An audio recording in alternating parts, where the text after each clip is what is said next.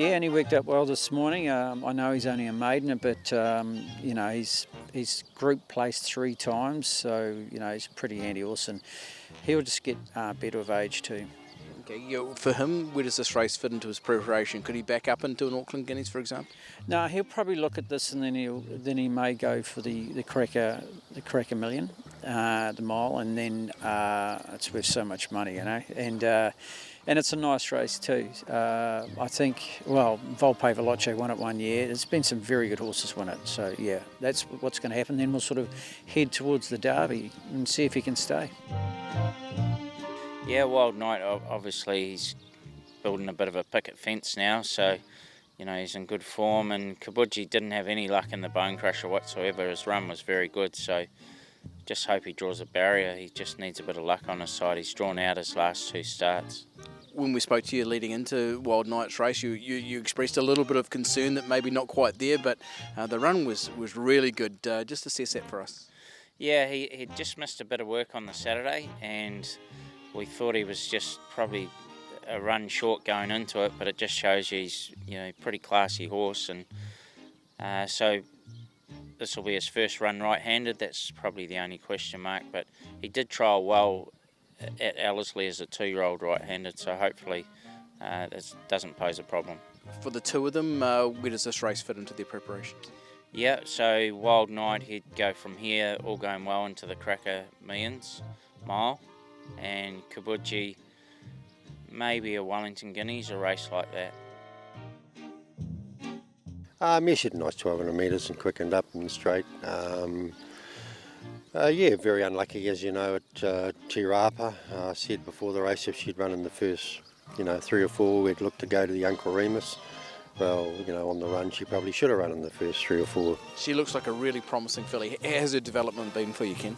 Yeah, she's probably still immature, It's probably going to be better next year, but, there are only 3 once, and, to get some black type, being a half to Melody Bell would be a huge bonus. So, at this stage we're looking maybe to roll the dice and have a crack, because I ran the other day, and obviously she should have won in the first 3.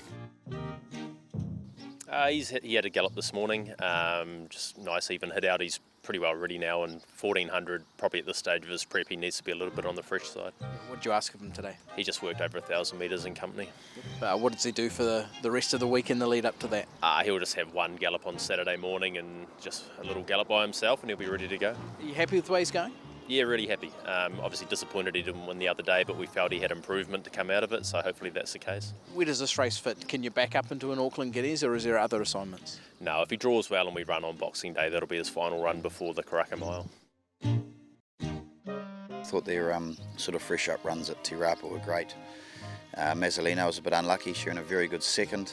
Academy Award probably just needs better footing, but I still thought she was good and probably just knocked up the last little bit. But the step up to the 1400 is ideal, and I think they go in tip-top order. Okay, a couple of fillies who really do look progressive. The 1400 metres against the 1600 metres, the 8 carat, what swayed you there? Yeah, look, I think potentially at this stage, I think they're more sort of 1400 metre horses, and they may even stick to the 1400. But yeah, I thought that was a nice at this stage. They only ran 1200 the other day, so I think the 14 is just a nice step up. They've had their main gallop this morning. They actually galloped together. They worked over 1200 just quietly. On the grass, I thought they were terrific, and they'll just both breeze up pretty quiet on Saturday morning. That'll have them ready for Monday. Shelley here with Denby Road, and of course we're always going to be dwarfed by him, aren't we? He's a bit of a monster, is our boy, yeah. What's he like to deal with, being that monster like you talk about? As you can see, he's an absolute sweetheart. He's the kindest horse. He's quite strong, we have to be careful working him. He's quite strong in his work, as you'd expect, because he is so big, but otherwise he's just he's a dreamboat. Okay, he heads to the Uncle Remus on Boxing Day at Pukekohe. How's he done since we saw him last? Yeah, we haven't. He had a quiet piece of work on Saturday morning. He's come through that race really, really well. He got a bit tired after we ran him in that nice race at Matamata, so he had a little break after that. And but yeah, since he's been back on his tippy toes. He's a real happy, bright horse. You come up against a pretty good field in this Uncle Remus again. What can we expect of him this time round?